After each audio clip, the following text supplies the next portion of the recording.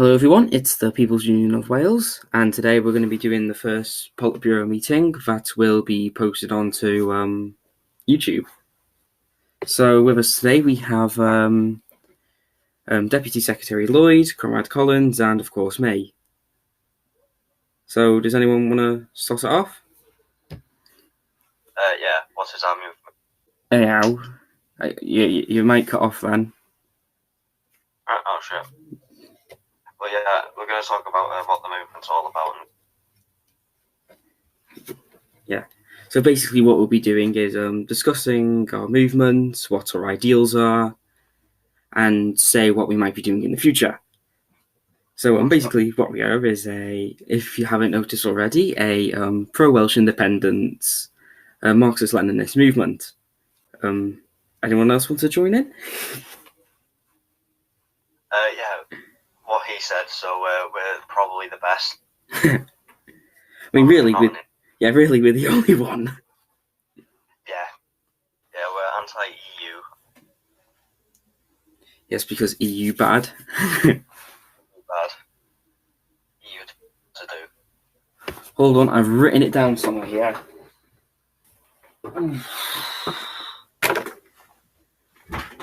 There we go.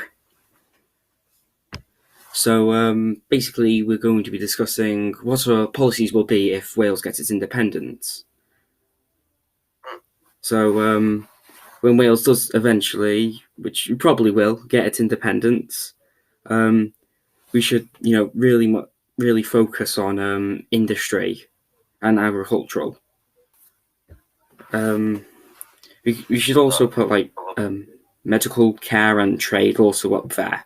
We can start trading coal because we have a lot of that. Wales has a lot of old coal, gold mines, and apparently has a lot of natural gas. So we can export those and use them ourselves. We'll get rid. Yes, we will get the money. What else? We could also talk about military spending. Oh, here's a good question. Comrade Collins asked, what are your long-term plans for the local industry, seeing as fossil fuels are pretty much dying? We can start investing into nuclear energies. So, because nuclear energy in Wales is, even though we haven't had a lot of nuclear reactors, they have been very efficient, more efficient than the renewable energy ones. For example, Traws-Fynydd was able to feed the majority of North Wales, and this is from a nuclear reactor built in built in the 60s. And if anyone has seen Traws-Fynydd, it is pretty much small. Yeah. So nuclear energy is pretty cool. Yeah. Personally, I think nuclear energy will be a pretty big leap forward in energy consumption in the future as well. Yeah, I think no all the toxic waste. Yeah. Also, when it comes to basically mining in general, Wales is rich with all these minerals and anything really. We've got loads of coal, gold, tin. So if we can export any extra production that we have, we can export it and trade with other necessities such as medicine or aluminium. Because as far as I know, we don't have a lot of it in Wales. Sounds like a good plan. Yeah, as well as oil. We do have oil, but not enough of it to sustain an independent country. We shouldn't entirely rely off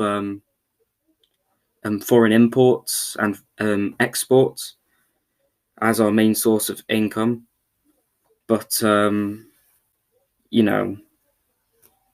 if we could probably get some sick trade deals from it, though. We probably. Yeah, we probably will. There's a good chance we will. Plus, we don't kill Muslims, so people would want. Yeah. There's also countries that have been embargoed, such as Korea, Venezuela, and all of that are somewhat rich in. Dava's just joined in. Hello, David. Anyhow, so embargoed countries such as Korea, Cuba, Venezuela, they're in dire need of trade. So obviously, we can have some good trade deals, especially with oil and food, because Wales has a lot of food. Conrad Collins has said, I think you'll have to rely on imports to a certain extent or run the risk of doing socialism in one country. The thing about socialism in one country is that the country was needed, such as the Soviet Union, they needed to build up as themselves. So if they were going to expand and fund revolutions abroad, they would have to be strong themselves, so they won't get absolutely pounded into the ground by Western forces.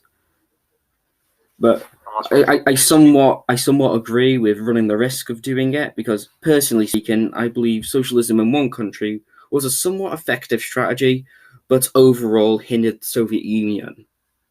But personally, I also don't agree with Trotsky's permanent revolution ideals, because if the Soviet Union didn't build up, they wouldn't have been able to fight against Nazi Germany in World War II, and also Japan just before World War II. That's true.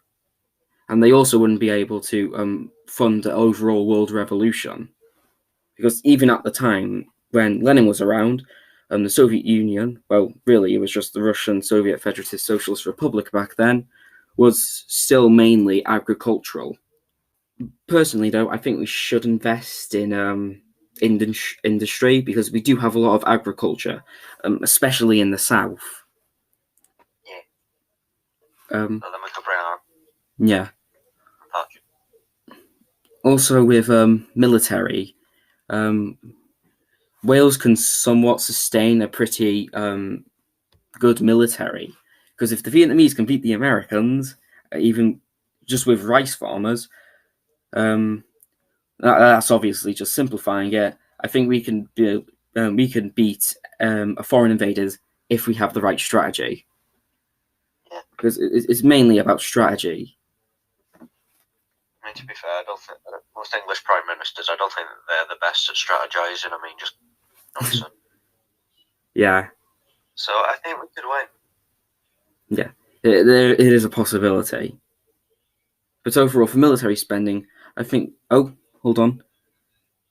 I think Conrad Collins said, I think North Korea could be a promising trade partner, but do you think capitalist powers would prevent an independent socialist Wales from using the Panama Canal and Suez Canal? Yes, it is quite possible.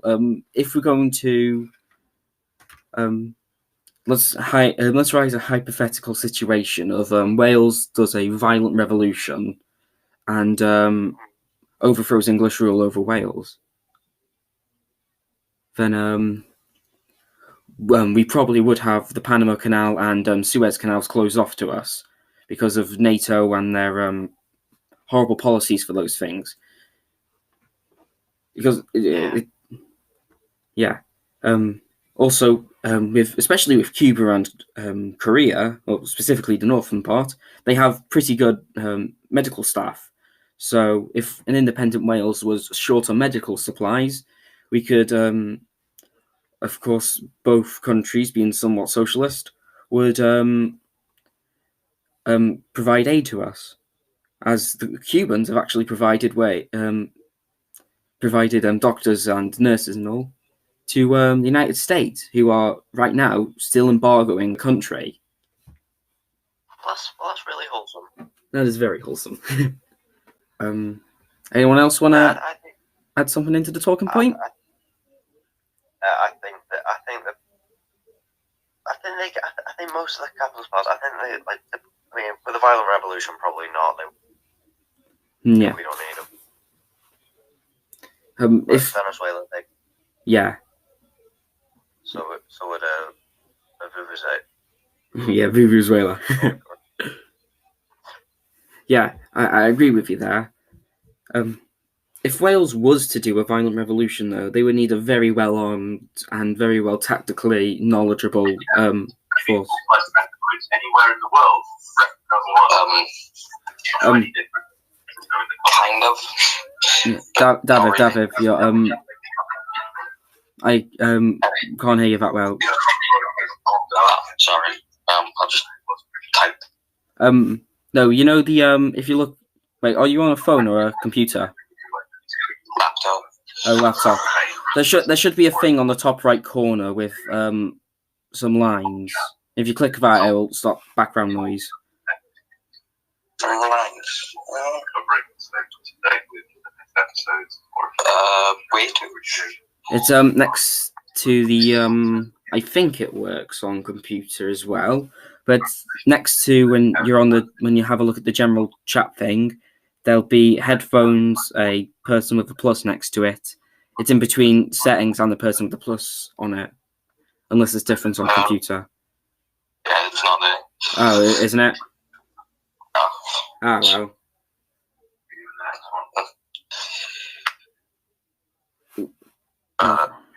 Anyway.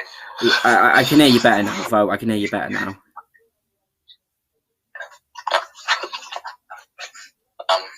Carry on.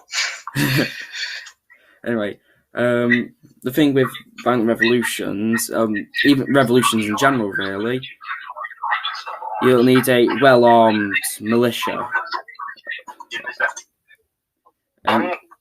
And we need to have like specific tactical know-hows, especially with guerrilla warfare and so on. We would have to build up from that first. Yeah. Like start for smaller, well, like, kind of like Mac did with the cell thing, and then build up to like a bigger militia. Yeah. Also, I think they should have more regional commands, so it should be more regionally oriented than one specific army that controls everything, like the Filipino communists now are doing, as well as the Free Wales Army. They also had some regional commands, such as the West one and the Northern one, which are the most famous of the two, because the Northern one happened to have Kyle Evans and stuff in it. Yeah, that'd probably be a decent strategy to go with. Yeah. If let's say we do a revolution, we would have to know how England would respond to it. Would they come in with brute force, or would they carry out tactical counterinsurgencies type things? Like, it would either be a Northern Ireland scenario or a island scenario.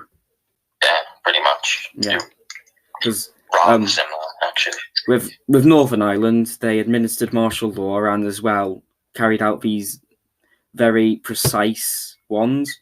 But overall, they couldn't take out the IRA without one of the IRA doing a massive slip up, or either making a peace deal with them. I think the provisional IRA made a non-aggression pact with them. Yeah. A question I was going to ask actually was, how would we do it? Well, if it wasn't a violent revolution, how would we carry it out? That'll be a lot more boring, to be fair. It's true. Yeah. So